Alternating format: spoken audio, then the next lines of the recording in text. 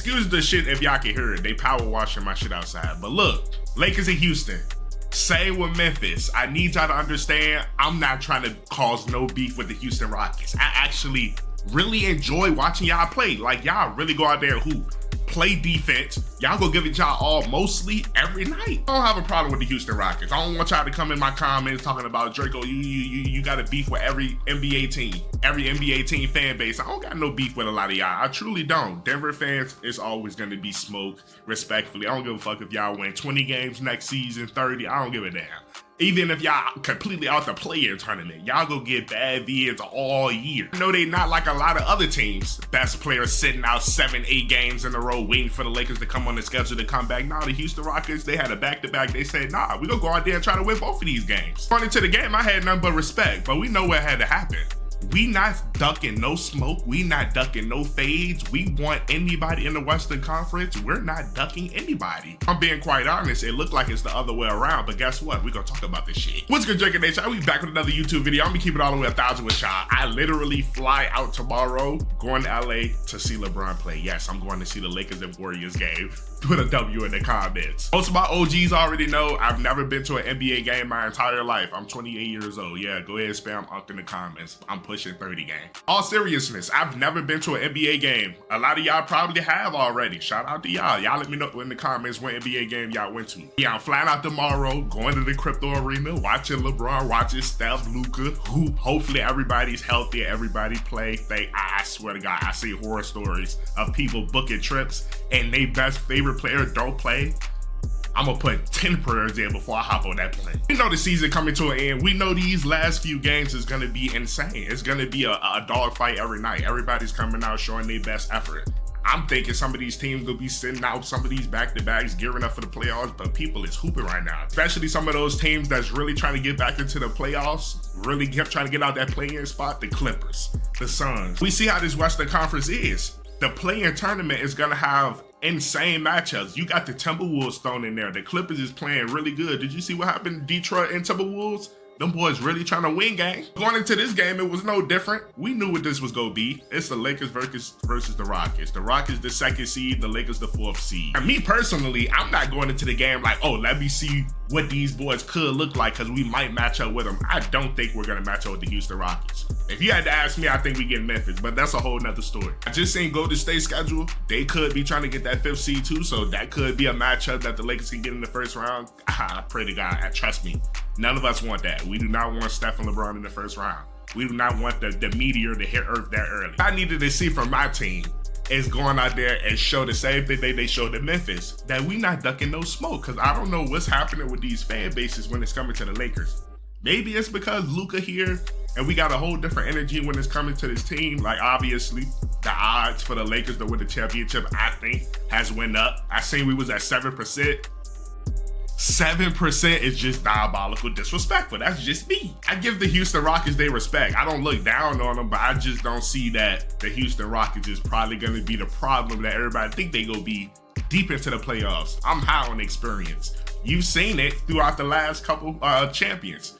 Experience is key. Yeah, OKC is the #1 seed. I think OKC was the 2nd seed last season. Everybody was high on them, but we saw experience is key. If they ain't got it, I just not gonna believe them until they show me. I didn't want no chatter after the game. I wanted the Lakers to go out there and put a stop to all that talk. We ain't ducking these boys. Yeah, they good. They go out there and hoop, but we ain't ducking them. There's no bias, and I say it a lot, and a lot of people think I be joking and probably think I'm biased when I say it. I think the Lakers is the best team in the Western Conference. Now, hear me out. I know y'all probably like, well, hell nah, they ain't got no motherfucking center. We're beating all the teams that has the centers. They got Steven Adams and Shea Goon last night. That is an insane combo. But do you see what we got in return? Dorian Finney-Smith hitting probably 6-7 threes. Yeah, we might lose a couple of those offensive rebounds. Yeah, we might have a lot of defensive possessions that's just looking wicked. Ain't nobody playing no defense at the rim. That's okay, I understand. But when you got a guard, Dorian Finney-Smith, Rui had a rough night. Imagine if he hit a couple of those threes. What are these games actually looking like? Steven Adams got to come out and guard Luka. Got to guard Bron. Okay. I mean, I'll take my chances. Yeah, we might lose on a couple of those rebounds, but we might get a lot of threes. And one thing I like about the Houston Rocket fan base, they ain't get in the comments and try to make an excuse. Not once did I see, oh, we had a back-to-back. Because we know them boys is like, who's the oldest player on that team? Van Fleet, Steven Adams. Van Fleet probably played, what, 30 minutes? But we know their whole roster is built on that young talent.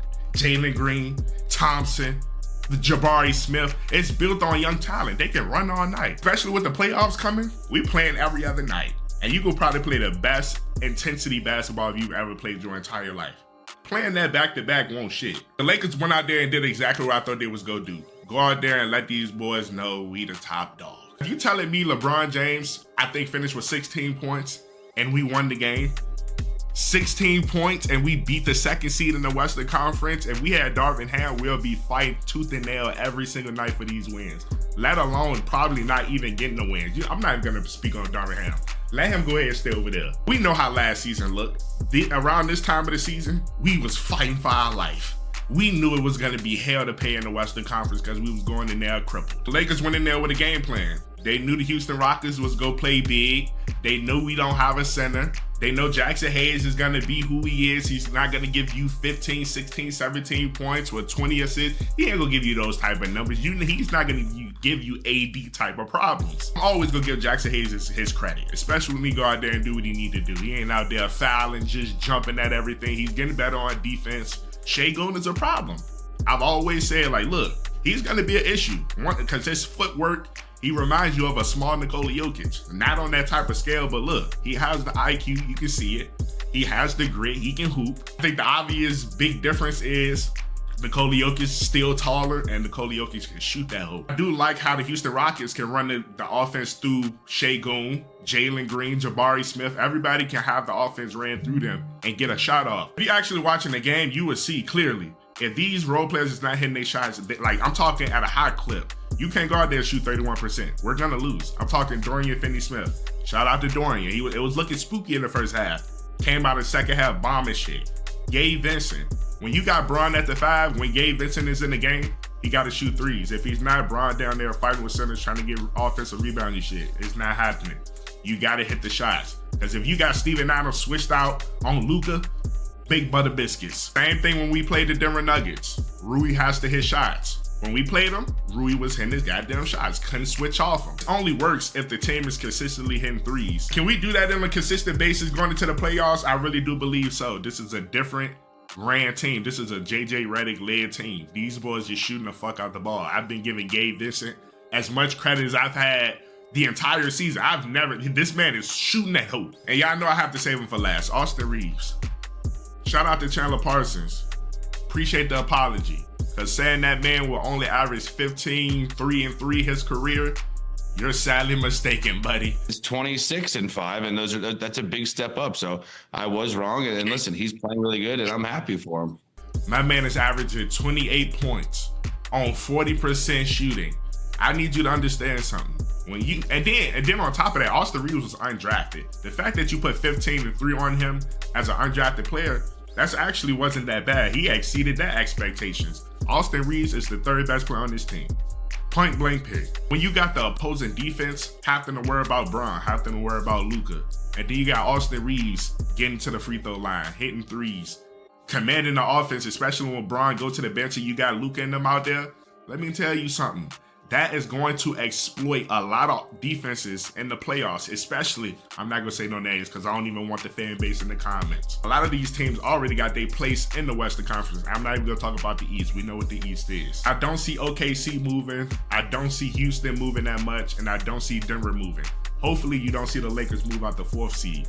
But that 5th on down, I think is going to be where the fight is at. I know I hate excuses. I don't want to say Rui is still aggravated from that injury. As far as his knees, he said he was 70 and 80%. Look, 70 and 80% is incredible going into the playoffs. If you was really, really watching the game, especially in the second half, you could see the real battle on the sideline. You can see the JJ Redick, Ime Udoka battle from afar. You can see how these coaches don't want to give all of their sauces in this regular season. You can see the matchups that they don't want to show that they will run against certain matchups. Every time they ran that 2 big lineup, guess who was in the game?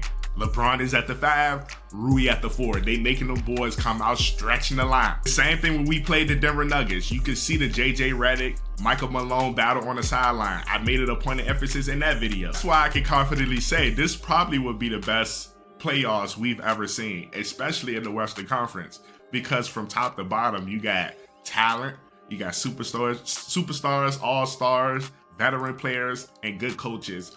On 85% of those teams in the Western Conference, you're about to get cinema. If you look at the Western Conference, 1 to maybe, I'll say 6, have a really good chance, have a really good argument that they can go win the championship this season. But that's gonna do it for the end of the video, y'all. Y'all let me know in the comments what y'all thought about the game last night. How y'all feeling about y'all team going forward? This Western Conference, like I say, it's stacked. Like the video, subscribe to the YouTube if y'all haven't already.